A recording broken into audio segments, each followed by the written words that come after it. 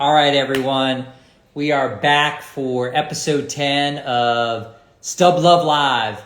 And we've got a really good guest on tonight. We've got Jeff Rosenberg on from Tristar. And that's pretty exciting, I got to tell you. So Jeff and I, we certainly practiced this a little bit this afternoon. So I think Jeff should be able to get on. We were able to do it this afternoon. So, but I'm really excited to have him on. Jeff is a big name in the sports collecting world and a kind of like a hobby legend. So I am waiting to see him join, and then we will get rolling.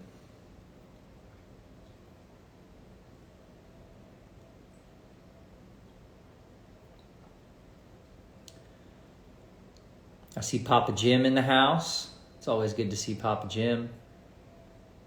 I see Tom Daly in the house. Man, I see a lot of people in the house.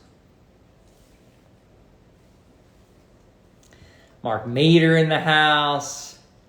Big Tristar fan.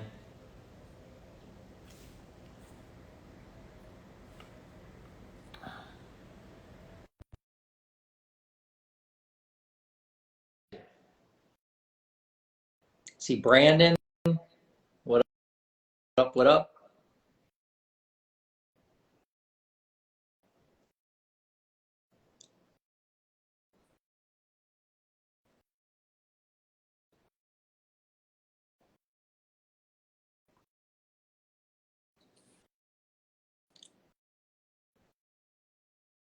We haven't seen Jeff pop up yet. I accepted, so I hope it's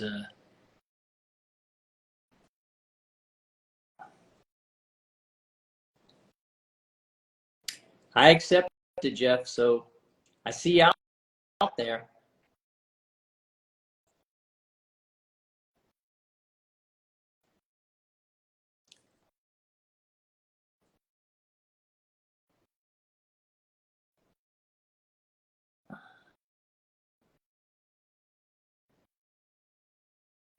He says he can see me, but he can't join. Let me try to, I'm going to invite you in, Jeff, and maybe it'll work better that way. Or maybe you're going to have to dip out and dip back in. Let me try this right now.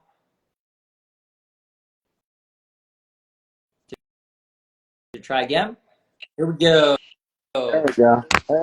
There we go. I love it. Little bit of technical difficulties, but we're good now. Tickets. Okay. Well, I have to tell you, Jeff, we're really happy. I'm happy to have you on. I know a lot of people reached out to me today and were like, wow, you got somebody on the sports collecting Mount Rushmore to come on and talk. So, I'm honored to have you. Tell us just a little bit, tell people if they don't know, like no one knows, like talk a little bit about Tristar and Field of Dreams and what you guys do. Well, thank you so much, Howard, for having me. I'm happy to be here. Love being on a collector's forum. So it's pretty awesome to be with a lot of ticket heavyweights here. So I started Tristar. So I was a collector. I'll go back a little bit. I was a collector, started setting up at my first show probably about 1980 with some buddies here in Houston. I live in Houston, Texas. And I was 15 years old. And the only reason I had a booth was because I was too embarrassed to ask my parents for money. So I would sell my duplicates to get money to buy more cards. And I would go to the hotels and get signatures. And again, I never sold my singles, only my duplicates. And again, just to get more money to buy more cards. So in 1983, I went off to college. When I got a chance, I'd go to spring training, get signatures, and it saved all my tickets from all the games I attended. And interestingly, I really didn't get my tickets signed in those days. I got cards mostly, maybe a ball photo. Didn't really get my tickets signed. And probably because they were just like in my parents' house up in the closet somewhere, and I didn't want to spend the time to go through them probably in those days. But I went to college in Austin, Texas, graduated 1987. And a couple of buddies and I were talking about card shows and what we wanted to see at card shows. And we would see in Houston or Dallas, we'd go to the shows, maybe even St. Louis. We'd see Mickey Mantle, Hank Aaron, Willie Mays, Duke Snyder, people like that. They didn't have any like current players signing. And we thought, you know, there's this guy playing in 1987. He had 33 home runs at the All-Star game. And, of course, Mark McGwire. And the national convention that year was in San Francisco. And a guy named Bob Lee was the promoter. And for whatever reason, I'm 22 years old in the summer of 87. He kind of took a liking to me when I was even younger. And he said, you should come to the show. And he gave me booths right up front with Al Rosen, Mr. Mint. But he said, have your buddies run the booth. I've got something else for you. He said, I want you to go pick up Willie Mays' agent at the airport.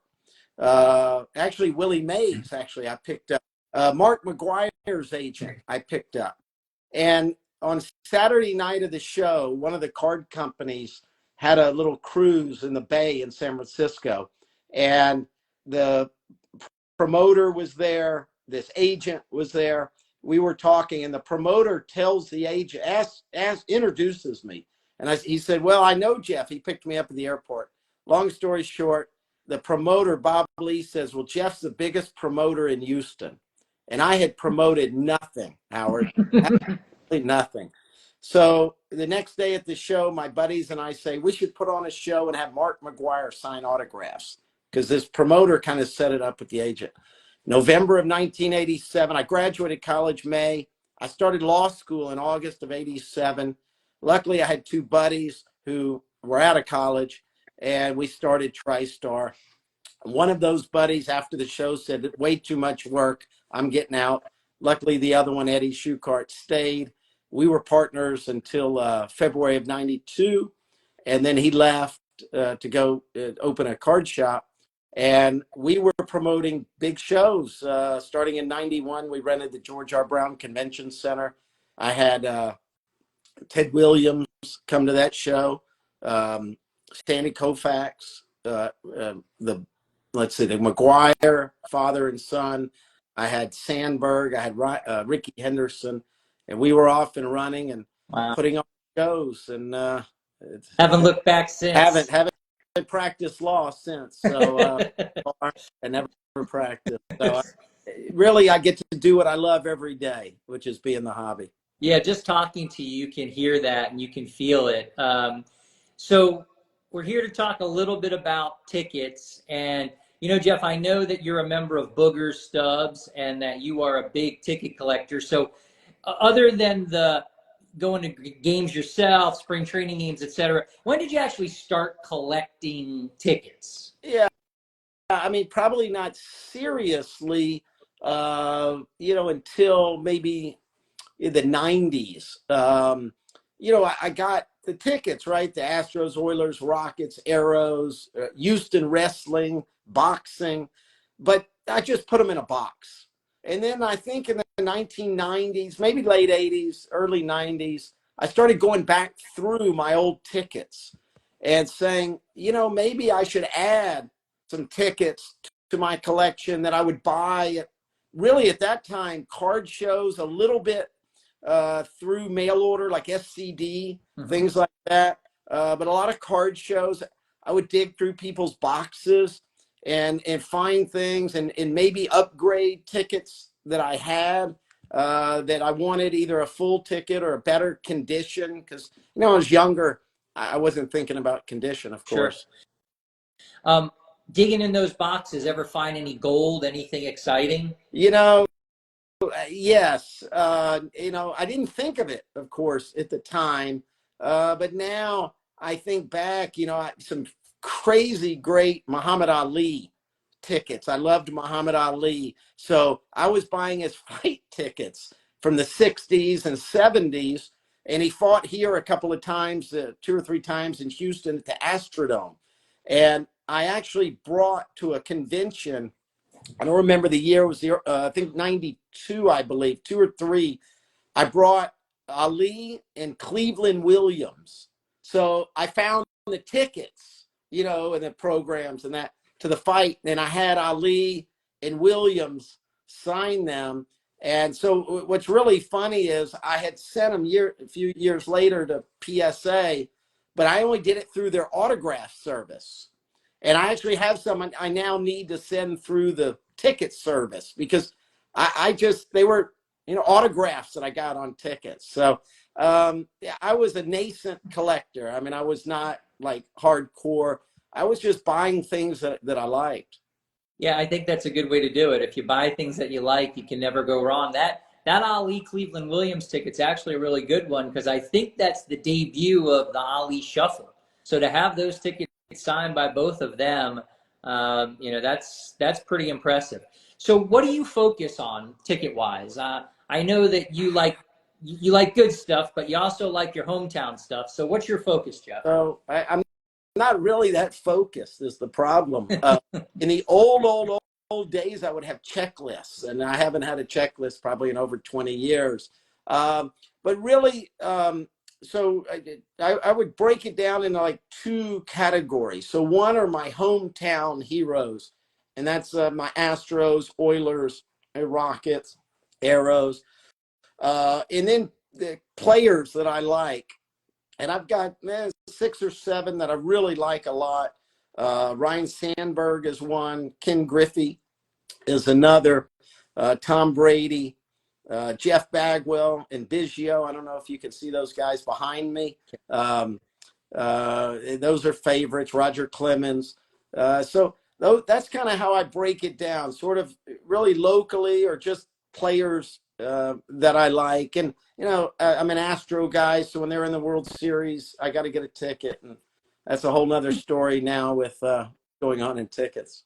So let me ask you that too, before I get into more of the TriStar stuff and ticket signing at your appearances. But do you think because of digital tickets that ticket collecting in the future is going to be passe, or do you think because there are no tickets and vintage tickets will be a thing? Do you think it'll be a good thing or a bad thing? I don't know. Long term, I don't like it because in anything we want to get new collectors. And I remember, and let's use trading cards for a minute. You know, when I got into trading cards, you know, people said the new cards will never be worth any money, only like 60s and 50s back. Well, that turned out not to be true, right? Sure. A lot of cards are worth money and one of ones and all of this. Not that I'm so into a lot of that, but they did. But I think one of the reasons they became valuable is because they've been making cards all of these years. So there are new collectors coming in every day. You know, I open cards with my son and my nephews. We go to the National. My son's not as into it like I am, but I've got some nephews, and I open and look. If we get a one of one of some Mike Trout or, you know, somebody more modern, yeah, I get excited, okay? But not the same excitement of the vintage stuff for me personally. So with tickets, what bothers me is that this next generation won't have the hard printed ticket like we're used to. Will it be collectible? Absolutely. I mean, I think we've got a long runway. If somebody's 30-year-old today and they collect tickets, I don't think they're going to stop because we don't have hard tickets. But it's frustrating because we don't. And now they're just working on old want lists. So I don't love it. I'm not happy about it. I know some teams are now talking about they're going to charge print tickets, and I really love that. That could really set the collecting world on fire because let's say 20 years from let's say I don't know that they did it. I was at the Super Bowl on Sunday. I don't know if they did it, but let's say you could get your seat printed from this Super Bowl. You know, I certainly would have done that. Hopefully they didn't, because if they did, or if they did, I hopefully I can buy it because I was at the game. And, you know, 20 years from now, instead of having 65,000 tickets from this last Super Bowl, maybe there's only going to be 1,000. Right. And then those be very collectible. So I hope that teams do it because I love it. Again, not for the financial side. I like it for the collecting side. But it certainly, the financial side helps keep more people interested, possibly. Yeah, and I have to tell you, Jeff, I mean, what I like about tickets is just the rarity. You talk about cards, and people are talking about, well, PSA graded X thousands of these cards or X hundred of these cards, and in the collecting world, sports cards, those are rare. In the ticket world, that's not rare at all. You have some tickets where there's one, there's two, there's Yeah. five, there's 10, and that just, in my opinion, makes it so much more collectible. And I even think in the future, even if we don't have hard tickets, and I'm like you, I hope we do. I hope some of these teams kind of relent. I think the fact that they're just so rare from years ago, people will still want them. No ifs, ands, or buts about it. Yeah, and I agree, and we'll get to that later on. I've got some thoughts. We talked offline prior to this, and I'll tell you some of my thoughts as it relates to that too. Let me ask you, Jeff, before we move into that, I know you brought some tickets with you. I think you did. I know that I had asked you to. Show us some of the stuff that you collect. I know you're Houston focused, and a lot of it's your personal stuff. But we always love to see what other collectors are putting together. Sure. So I didn't have I only put about 5 or 10 minutes, to be honest. I didn't put a lot of. I kind of grabbed what was close. Yeah, sure. And I know there's not a lot of Astro fans, but how do I do this? Yeah, there you go. That's perfect. Yeah, just a little further back. Yeah, to you. Perfect. Yeah. So this is you don't see these a lot because they're from the 2022 World Series. This was the Astros, my team. We played the Phillies, and Pena won the MVP. So I had him at the, I guess, first signing after the series. Sign a few of these. That's great. I thought these were Great pretty cool. And you have to, again, I was at these games, but this wasn't my ticket. Somebody who might be watching who's in our group, he's got access to these through the through the families or something. So that's how I got him. He wanted his sign, so I said, okay, I'll get your sign as long as I can get a few. So, so I'm a Philadelphia fan. You had to show that ticket first to just rub it in a little bit, Jeff. Is that what it is? I didn't know that, but I was at the 2 of the games, including our no hitter. So yeah, the no hitter was a great one. What else do you have there? Anything else you want to show us? I'm a big Nolan Ryan fan, so this one is kind of for the investors. I'm not an investor in tickets. I mean, I guess technically I am because I buy them. But can you see that okay, Howard? Yeah, we can see it. So Nolan Ryan, this is what is this, 300? It's a 300 win. So this is a 300 win. So before this, I wasn't alone. A number of us said, hey, we better buy up a bunch of 300 win tickets if Nolan gets it in Milwaukee.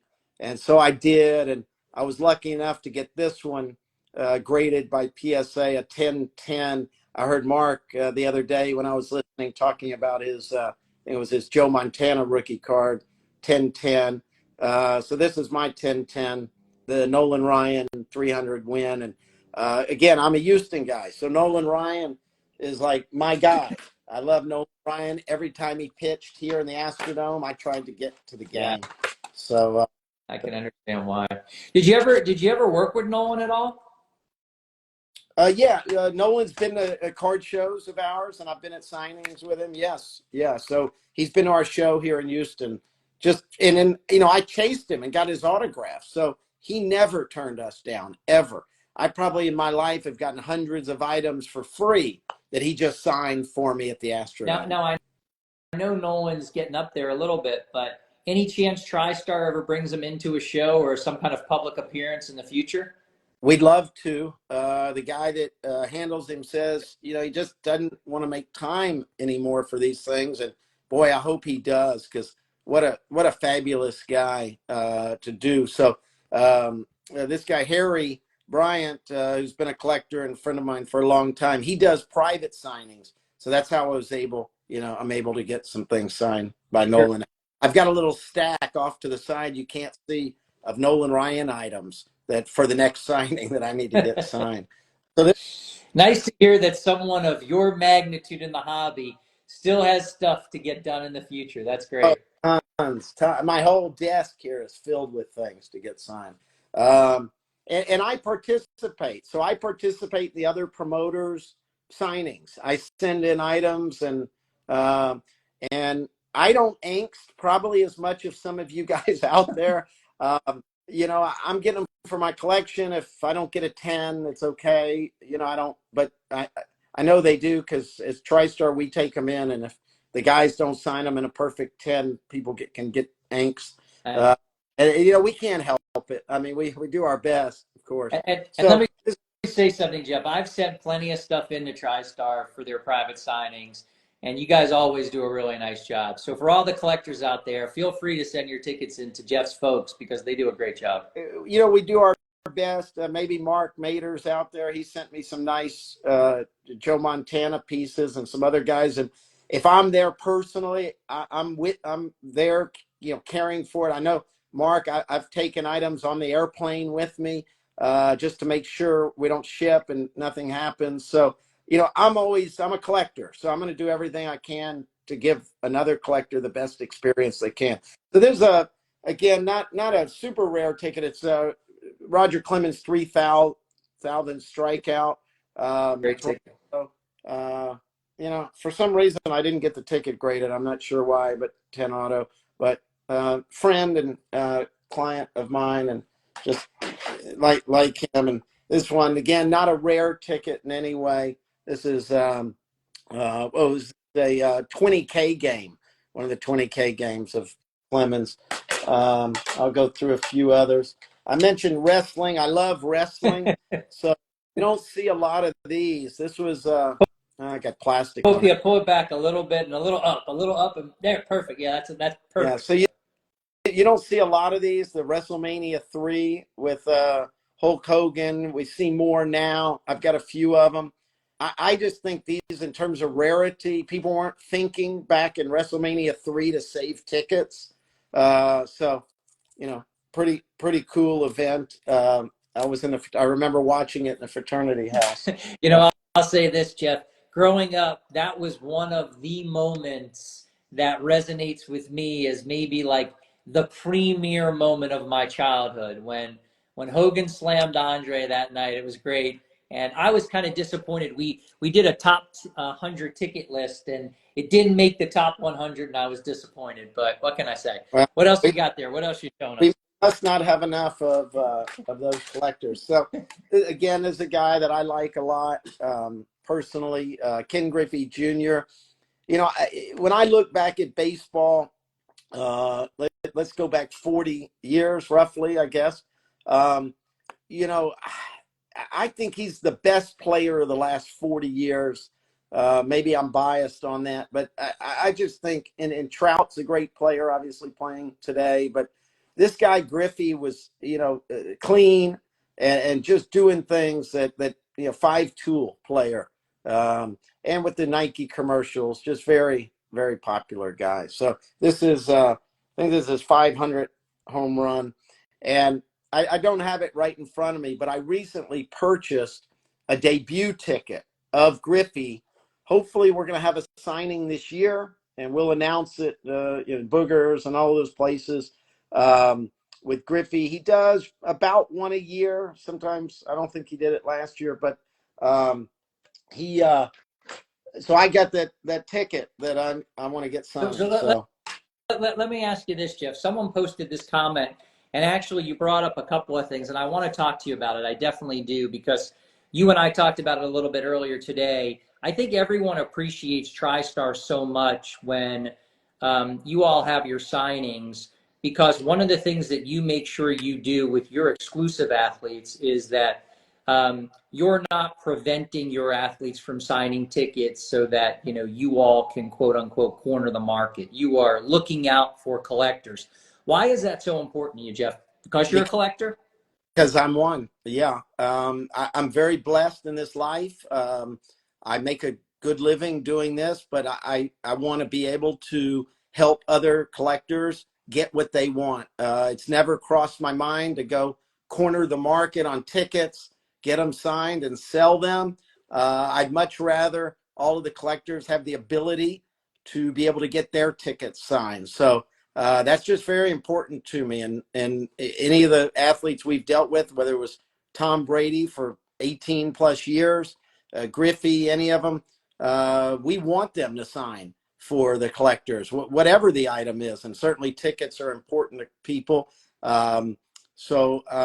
It's you never say never, but what I can look at is history. We've always allowed every athlete to sign any item, not just tickets. I mean, whatever it is they want. That's one of the principles of Tristar, is that we want to be very collector friendly, because we're collectors. I'm a collector. My partner Bobby Mintz, Doug Goldstein, who works with me, we're collectors. We love this, and we want to be able to share it with other collectors. Yeah, and like I've said, and if guys like Mark Mader, Jeff, are sending you tickets and trusting you all enough, and I trust you guys, I send stuff in all the time. I think you guys just do it the right way. I've never had an issue, and even people that I've heard that have had small little issues, you've always gone out of your way to rectify it.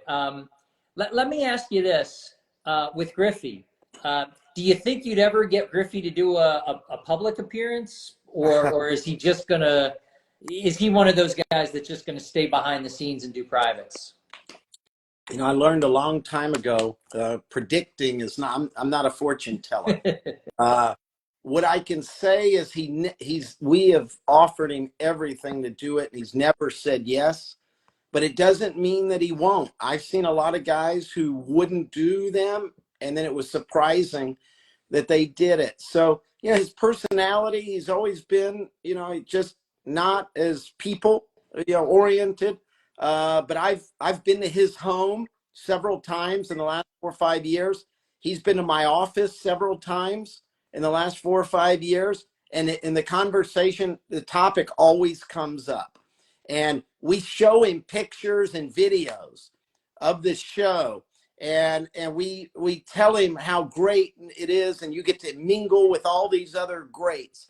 So maybe we'll break him down 1 year. I sure hope so, because I know how many people would be so thrilled to get a chance to see him in person and get their items signed. Yeah, for sure. So I guess we got a little bit of breaking news from you that in the future, it sounds like the fairly near future, you guys are going to have another send-in signing for Junior. Yeah, so he was actually supposed to do it the fourth quarter of last year. In his schedule, he had some trips and some things. So he's told me, and my partner Bobby, that he expects it probably in the second quarter of this year. Believe it or not, he's got a crazy busy schedule. So we're hoping to do it. Like I said, he either comes to Houston or we go out to his home in Florida. And when he does, you know, he'll give us the day typically, because we've got a lot of stuff, and we'll go to his home, and he opens it up for us and signs. And Yeah. you know, one of the things he knows, you know, we tell him, okay, we have to switch pins. You know, the first one we did, he didn't really understand all of that, and then the location and the pin. We started explaining that, you know, these are collectors. They're primarily not people who are reselling. They're collectors, and they're specific. So I think we've kind of got it down to where he understands, because, you know, we're switching pins constantly when we're doing these signings, you know, based on, you know, everybody's wants. Yeah. So, yeah. So some of your exclusives, I think it's Griffey, Clemens, Bagwell, Biggio, Larry Walker, Todd Helton, Fred McGriff. I mean, those are all. I mean, you got more, but those are some of your current exclusives. You have, is Sandberg your exclusive too? Yes, he is. So he was supposed to be at our show the weekend before last in Houston, but unfortunately he's been diagnosed recently with cancer, so he's had some health setbacks. So I'm going to be going to see him probably in March or April. Just he's going through some chemo, want to get him healthy, but I'm going to go see him and bring some items to him, because, you know, people send in items to us, including tickets, and we want to get those signed for the collectors. Nice to hear you say that. For you to go out of your way for the collectors, that's just good to hear. So what would be, I'm gonna go. I'll start with the good stuff first. What's your best kind of autograph appearance? What's the best kind of overall experience that you've had with some of the athletes that you've brought in? I mean, it sounds like a lot of the guys that you have are really top-notch guys. So I don't know if there is one best, but anything stand out? It's like asking for, who's your favorite child. I can tell you one guy that stands out. He's no longer with us. Ernie Banks. And this is a pretty great story. So we were doing a show in Houston, and I'm going to guess, I think it was about 1990. But I had Ernie many, many times. But there was one that he sat and signed for about 5 hours, 6 hours. Wow. And there was still a line. Wow. And I said, Ernie, what are we going to do? We can't have the people, they've been here. He said, Jeff, it's no problem. So they were closing the show at 6 o'clock. It was a ballroom, and I guess they needed it, for something. They were closing it. And he said, Jeff, I've got a hotel room, thank God the show was in a hotel, a convention center. He said, I got a hotel room. Why don't you invite everybody up to my hotel room and we'll finish? And I'm not kidding you, Howard. It was after 8 o'clock that night. They're lined up down the hall to go into his room. But because I'm a completist, I want to finish the job. He wanted to do it. And we got everybody's stuff done. And one other one that jumps to mind, 1988, I had scheduled the Rookies of the Year, or maybe 88 or 89. It was Sabo and Grace, if you remember. Mark Grace and Chris Sabo. I think they were co-Rookie of the Year. And it was pretty cool. And I had Don Drysdale come in. And that was the days you'd have 2 or 3 guests. You wouldn't have like 20 or 30 like we do now. So I had Sabo, Grace, and Drysdale. Well, Sabo had some surgery the night before, woke up that morning and was in a lot of pain and just couldn't get on the airplane from Cincinnati to come.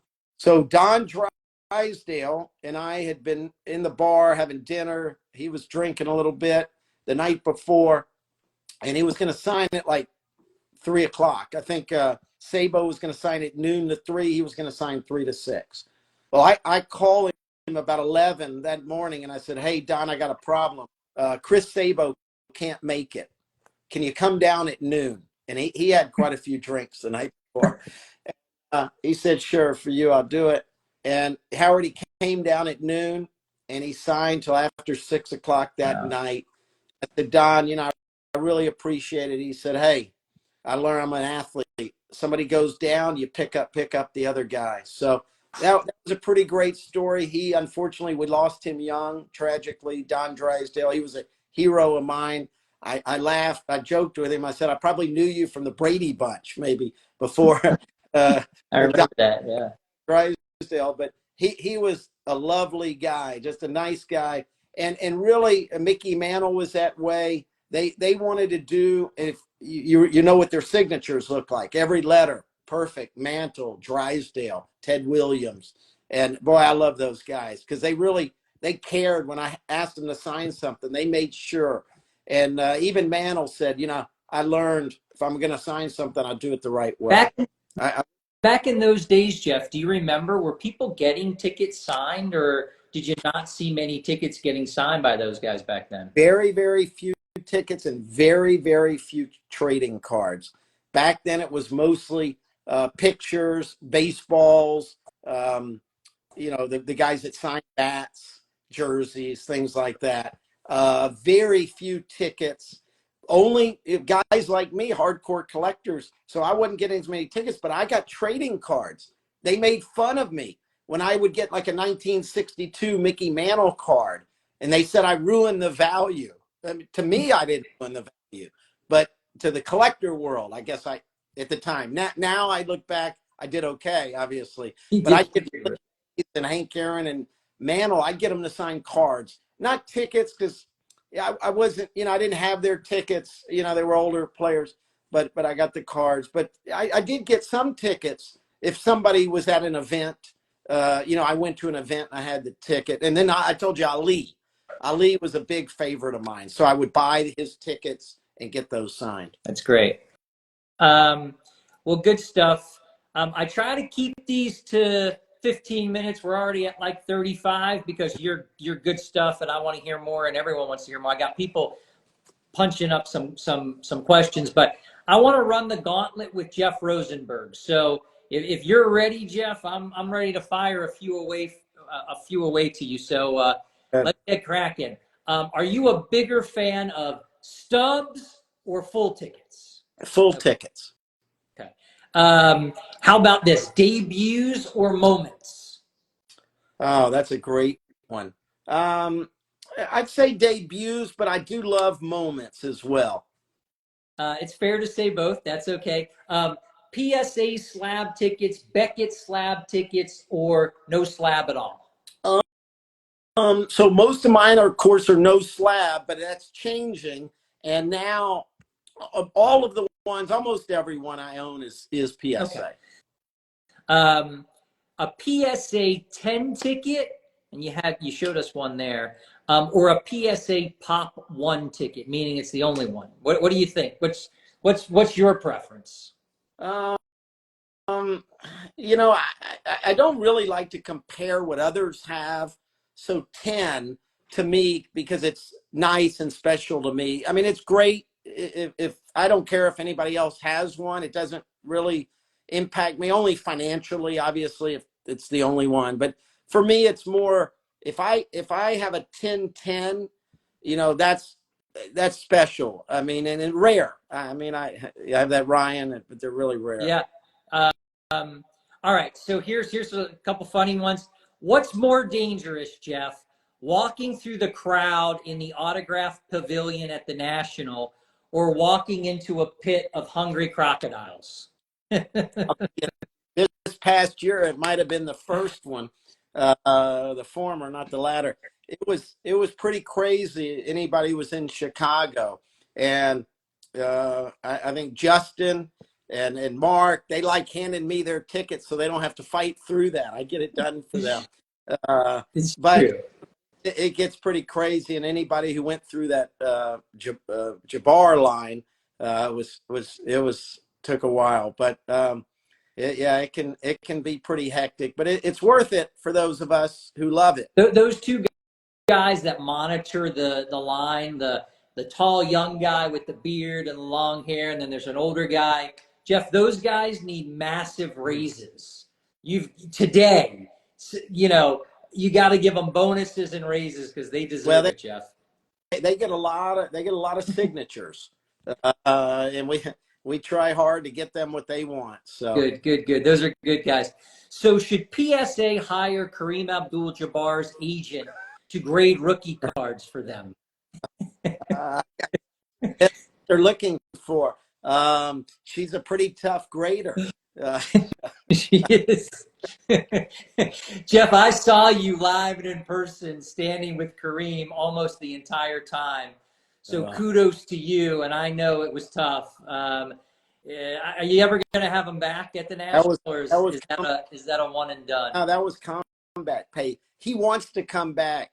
She's been in touch with me, and he wants to come back. So what's really interesting is from their perspective, they thought it went great because there were so many collectors there to see them. And I explained, because, she didn't understand. She didn't think there would be anyone there because as you know, and probably most who are out there, you can mail items to them to get signed.